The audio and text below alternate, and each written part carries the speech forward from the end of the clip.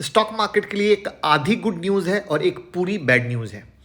कहोगे आधी और पूरी का क्या चक्कर है? चक्कर है भैया, यूएस हमारे साथ डील फाइनलाइज करने के करीब है, ये आधी गुड न्यूज़ है। और मैक्सिको ने हमारे एक्सपोर्ट पर 50% तक टैरिफ लगा दिया है, ये पूरी बैड न्यूज़ है। क्यों, बताता हूँ, लेकिन पहली बार आए हो तो फॉलो किया करो ऑथेंटिक न्यूज़ के लिए। पीयूष गोयल जी ने कहा है कि अगर यूएस हमारे ऑफर से हैप्पी है तो डील साइन कर लेनी चाहिए। और चीफ इकोनॉमिक एडवाइजर का कहना है कि मोस्ट इशू रिजॉल्व हो चुके हैं, डील मार्च 2026 तक हो सकती है, मार्च 2026।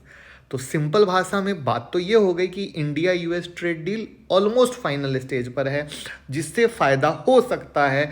एक्सपोर्ट को जो हिट आया है वो प्रॉब्लम दूर हो सकती है, कुछ नई अच्छी बातें हो सकती हैं, फार्मा, आईटी, टेक्सटाइल, इलेक्ट्रॉनिक्स सबको मोमेंटम मिलेगा, बट डील होगी तब मिलेगा। ये आधी गुड न्यूज़ इसलिए है क्योंकि मीडिया बोल रही थी कभी 5 दिसंबर को डील होगी, कभी 7 दिसंबर को, कभी 11 दिसंबर को, कभी 12 दिसंबर को। बट जो लोग हमारे साथ यूट्यूब मेंबरशिप और इंस्टाग्राम मेंबरशिप में जुड़े हैं उन्हें हमने क्लियर बताया था टीवी वालों के फेर में ना फंसना। अगर आप नहीं जुड़े हो तो अभी ज्वाइन कर लो, आपको प्रूफ पता चल जाएगा। और इंस्टाग्राम पर मेंबरशिप तो 15 दिन का फ्री ट्रायल भी मिलता है, जो आप देख सकते हो, जरूर ज्वाइन कर लो।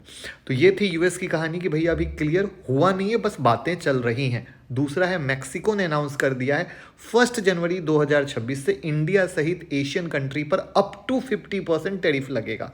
ये टैरिफ होएगा auto parts, textile, steel, chemical, pharma, total 1400 product जैसे बात आ रहे हैं। तो इम्पैक्ट क्या हो सकता है? इंडिया के $1 बिलियन एक्सपोर्ट पर हिट आ सकता है। ऑटो फार्मा कंपनी पर शॉर्ट टर्म प्रेशर दिख सकता है। अब ये शॉर्ट टर्म वर्ड है, लॉन्ग टर्म की कहानी नहीं है।